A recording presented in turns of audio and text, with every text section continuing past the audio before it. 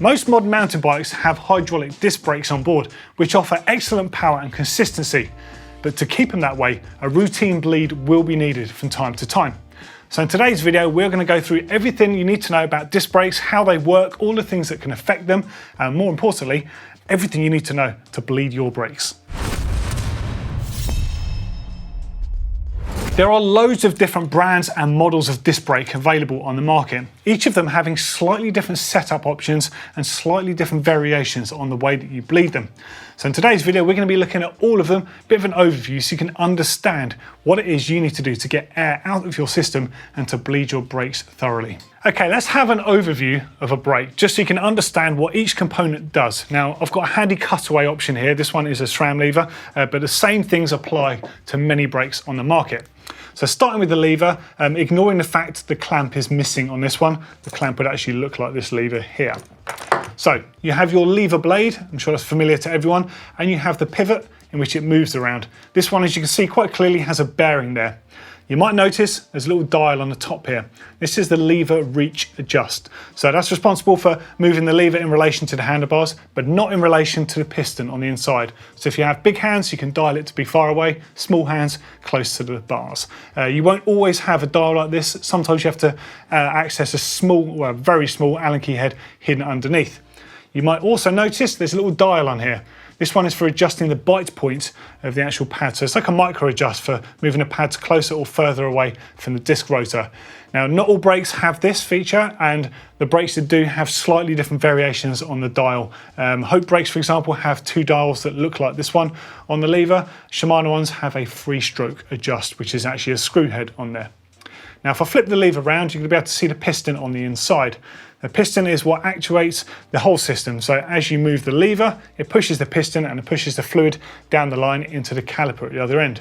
You can also see, if you look closely, when I make the adjustment on the actual reach adjust, it just moves that piston slightly. So it just changes the position at the other end there. The next thing to look at on the lever is the actual reservoir on the top here. Now, if you look at this one on the side on, you'll see underneath the cap of it, there's a little rubber diaphragm. Now, this is what makes the system an open system.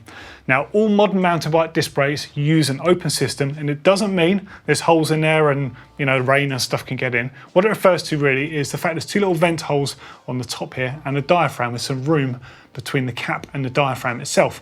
As you use your disc brake, heat is generated, the fluid gets hot and will expand slightly. So this is to allow, as you can see here, it moves around, is to allow for fluid expansion, and those holes literally just atmospherically allowing that to do so without hampering the feeling of the brake. If those holes weren't there and the diaphragm wasn't there, what would happen as the fluid expands is it has nowhere to go. So instead of having a lever that feels like this, it will pump up and the lever will barely move. Next up is the bleed port. Now, most brake levers have a bleed port. We're going to show you a couple that don't have them a bit later on in the video. And a bleed port is quite simply your access point for getting fluid in and out of that system. This lever actually has one on both sides because it's what we call a flip-flop lever. So you can use it on either side of the bars accordingly, and it means you don't have to mess around with it too much with bleeding. But levers that are not a flip-flop design, like the Shimano one or this TRP one, have a single bleed port. The last thing you need to know about is the hose attachment. So your brake hose will go straight into the lever at this point, and on the end of the actual hose itself, you will have a barbed fitting that goes into the end of the actual brake line, and then you have an olive attachment, which is a compression fitting. So when you screw it into the lever, it compresses, so no fluid or air can go in or out at that point. And then you have the caliper end. So firstly, you have your two mount points, which basically mount it onto the frame or to an adapter to allow for different disc rotor sizes. The next point you'll probably notice will be where the actual brake hose comes into the caliper. This fitting is known as a banjo fitting because it kind of looks like a banjo, and you can move it to multiple positions to get really good routing for it. Next up, looking from the top down, you can see the actual pin that runs through here and the brake pads on the inside. Now, if I flip it over, you're going to get another view of those brake pads and the inside of the caliper. So as you can see, where the brake line comes in, the fluid will go down these channels behind these pistons here, which drive onto the actual brake pads and compress them. At the bottom end, you'll see there's a bleed port. The bleed port has those same channels, and obviously you can flush fluid in and out in both directions in order to get good fluid in, bad fluid out, and get the air out. No surprise, there's going to be lots of places you can harbour the bad stuff in there. Now, when you look at the pistons close up, you've got little rubber seals around them. Those rubber seals need to be nice and lubricated, as do the pistons, in order to do their job correctly. Those little rubber seals are actually responsible for pulling the pistons back, like retracting them into the body. And this particular caliper has 4 pistons, also known as 4 pots. You can get anything from 2 pistons up to 6 pistons on some model of brakes. Okay, so where exactly can air get into the system, given that it's a sealed system? Well, you've got to start with the first things first. When you actually assemble the system, if it comes in different components, air can get in at that point. It can also get in when you trim the brake hoses down. As you trim them down, you have to fit this new barbed fitting into the end. And if you haven't trimmed the hose at exactly a 90-degree angle for a flush fitting of that barb fitting, you guessed it, air can get in and out at that point. It has to be a perfect cut every time. And of course, you must use the correct compression olive. They all look very similar, but they're all slightly different depending on the particular brake you're using. If in doubt, don't use it, and double check, because there's a lot of different orientations available on the market to suit different models. Of course, when it goes into the actual brake lever itself, it needs to be tightened sufficiently. If there's any chance of a leak, fluid can come out and air can get in there. And then of course there's the bleeding process.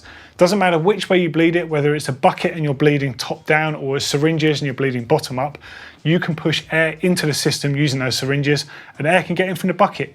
If you haven't had enough amount of fluid in there, you're not been paying attention when you're bleeding the system, air can literally get straight in there. So it's down to you to make sure your system is as air-free as possible. Now also, don't forget, there's loads of places that air can be harboured in the system. As I've shown you with these cutaways, look at the back of the pistons here. It's no surprise you can find the occasional bubble tapped in there. And I've known people that have sworn their brakes have been bled correctly, but you manage to still get air bubbles out of them. So sometimes you do need to bleed several times, unfortunately. Some brakes can be more prone to it than others, but a bit of persistency will pay off for you. And the same goes for the lever bleed as well. Now, something to bear in mind with the levers in particular when you're doing the lever bleed is your bleed port is in a different position in different brakes. Even from the same manufacturer, it can be a different position. You have to make sure the reservoir is underneath where that port is. Otherwise, you're not going to get a good bleed and it will still harbour some air in there. So do take care. Certain brakes, like Shimano, for example, suggest that you run the brake lever about 45-degree angle initially, but then when you're completing the lever bleed, you actually move it backwards and forwards a couple of times just to make sure there's no air in there. And the last 2 things you need to factor in, of course, with air in the system is perished seals. So if you've got a dot fluid brake, for example, and it's not been ridden for some time, it will have ingested moisture in there, and the moisture can damage the seals and cause corrosion on the inside, all sorts of stuff. So old brakes generally will need a bleed to make sure they're working nicely again. And then if you've been hammering your bike and you've boiled the brakes, you will have air bubbles in the system, because as it vaporizes, you'll get some tiny air bubbles present, and that nice firm feeling brake from compressing hard fluid on the inside there turns into a mushy, horrible brake where you're compressing air instead. I'm sure we've all felt that at times.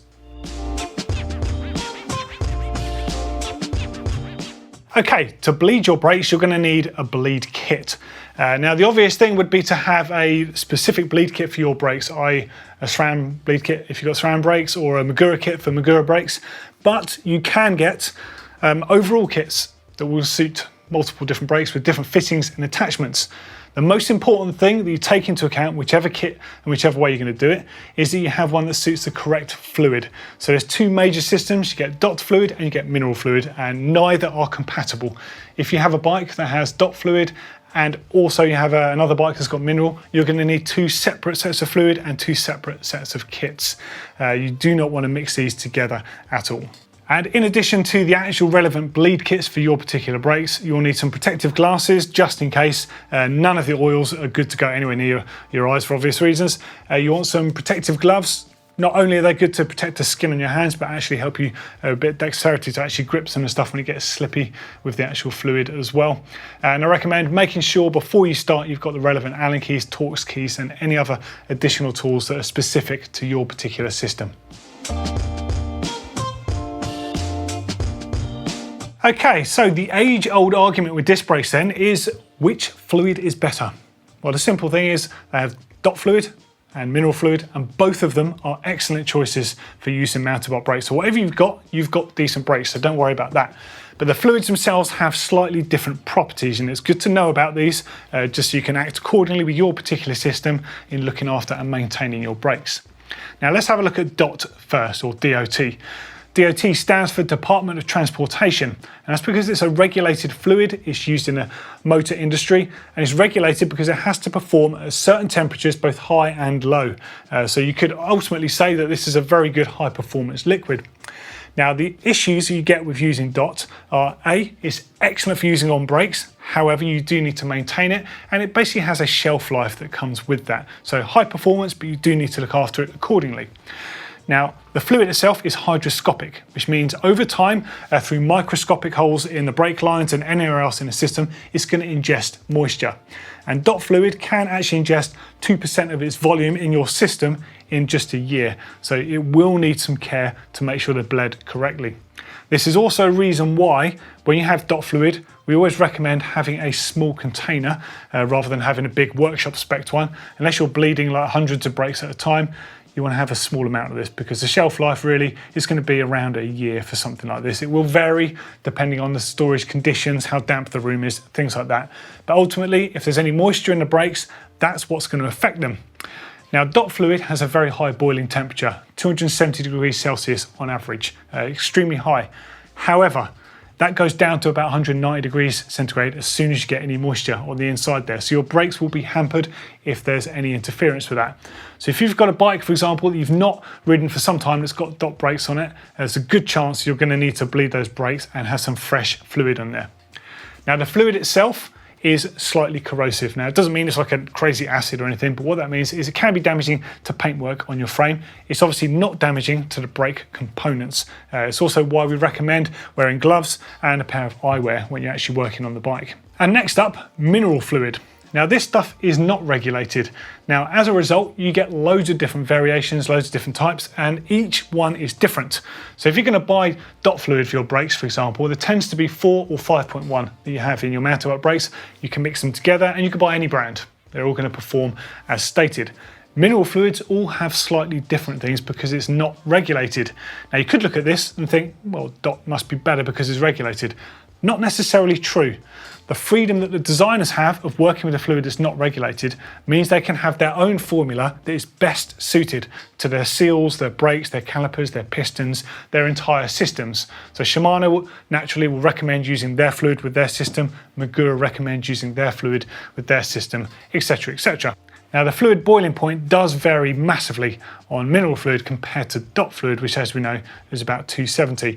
So you're talking anything from 190 degrees Celsius all the way up to about 290, so a huge variety there, but also it's still going to be affected by water that's ingested into the system. But it is a little bit different because this fluid is hydrophobic, it's not hygroscopic like the DOT stuff. What that means is when water gets into the system, it's not going to sort of get into the fluid itself, it's actually going to pull separately. The downside to this is it's going to pull at the nearest point, which will be your caliper. And of course, if you've got water down at the caliper, it's obviously going to boil, turn into air, obviously not ideal down there. But the upside to that means it's really easy to get it out, flush it out of the system. So not necessarily a bad thing at that point. Now, one of the great things about mineral oil and why many brands tend to use it is it doesn't go off as such. Because it's hydrophobic, it doesn't ingest moisture. You can get a big workshop spec one of these, which is great value to have if you've got multiple bikes and you like to bleed your brakes and stuff. The oil's not going to go off, and it's also great if you've got various bikes or you don't ride that frequently. Your brakes are going to stay feeling good. They will obviously need routine bleeding just like DOT ones, but it's not going to be quite so sensitive in terms of the fact that moisture gets in to affect the actual fluid in itself. And the last thing to take into account is mineral fluid is not corrosive. Granted, you don't want to get this anywhere near your eyes, you shouldn't get this on your skin, and you need to dispose of it accordingly. So all brake fluids, no matter whether they're mineral or DOT, speak to your local recycling centre and they'll tell you the quantities you can get rid of it in and how to do so safely. The bottom line is with both fluids, with both DOT and mineral, is that they are both affected by fluid getting in the line. It's going to degrade the performance of the brakes, you can end up with air in the system and inconsistent braking. That is what you do not want to have.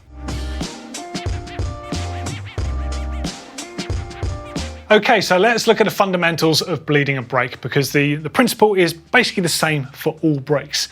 Now, there will be some slight nuances to each individual system that is slightly different, and we're going to delve into some of the most common options on the market that you probably have on your bikes at home. But first, let's do an overview on bleeding a brake. Preparation is key, so the first thing you want to make sure you do is prepare your lever first. Now, your lever will have some form of adjustment. It might just have reach, or it might have a bite point adjustment as well. So if you've got a bite point adjustment, you want to undo this, you want to unwind it as much as possible. And then the same goes for the lever reach adjustment. No matter what the brand you're using, back these things out. You want to make sure that the lever can take the maximum amount of fluid to achieve a good solid brake bleed. Set your brake lever so the bleed port is the highest possible thing.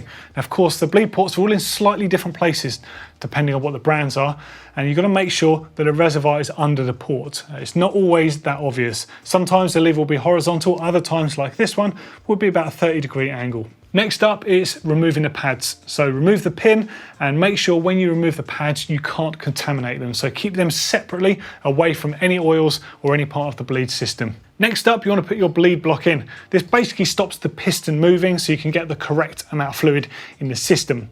Now, you might need multiple bleed blocks depending on the model of brakes.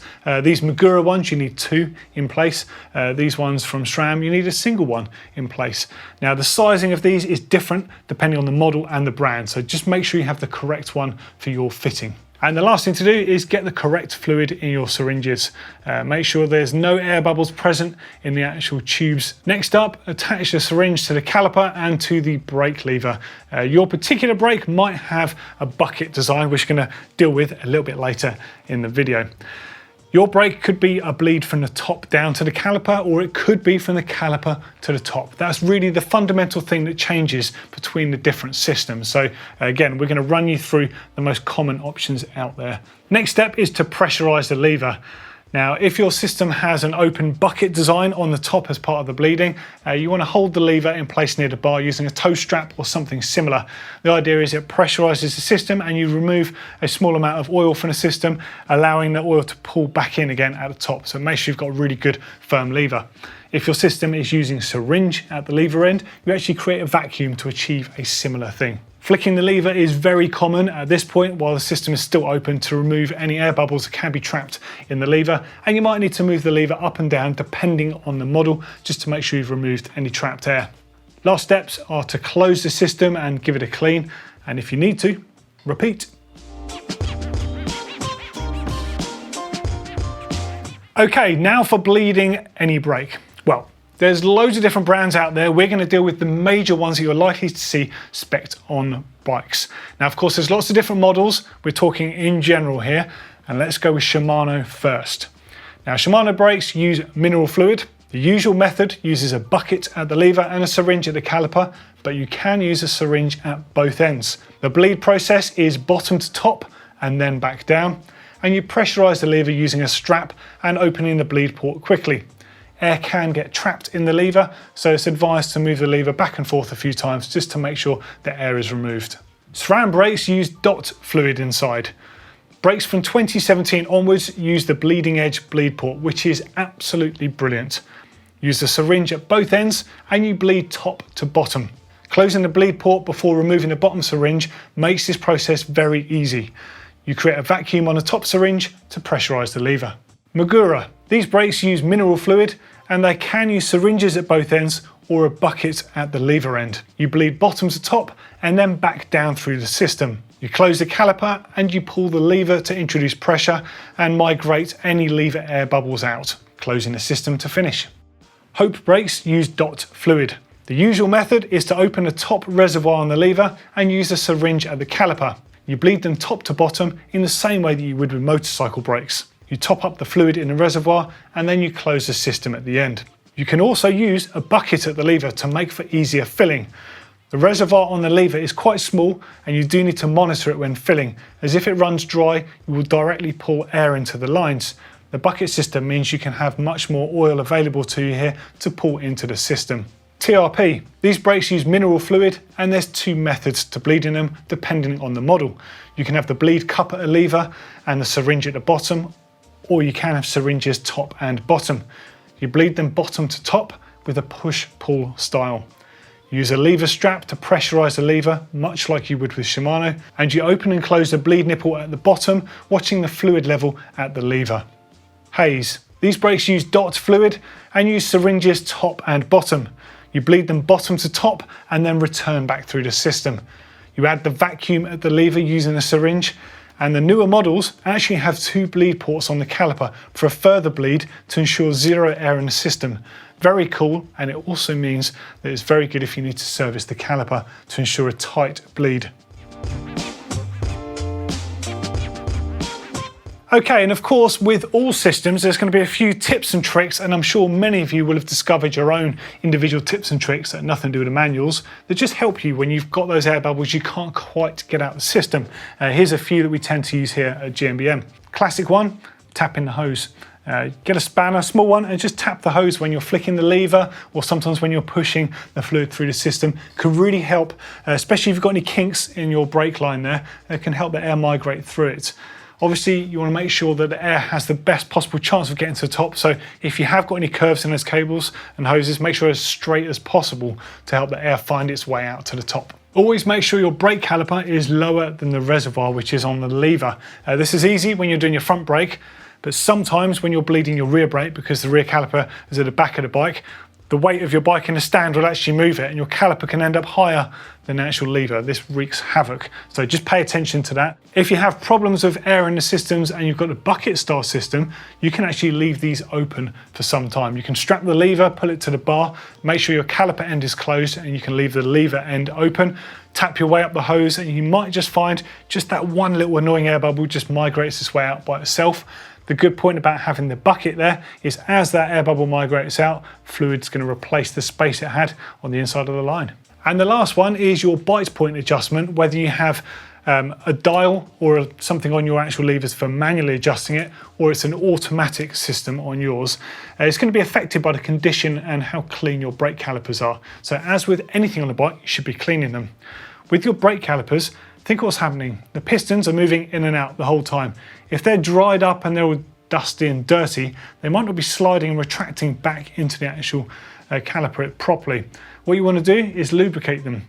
Now, if your bike has DOT fluid brakes, use DOT fluid to lubricate them. If your bike has mineral fluid brakes, use mineral fluid.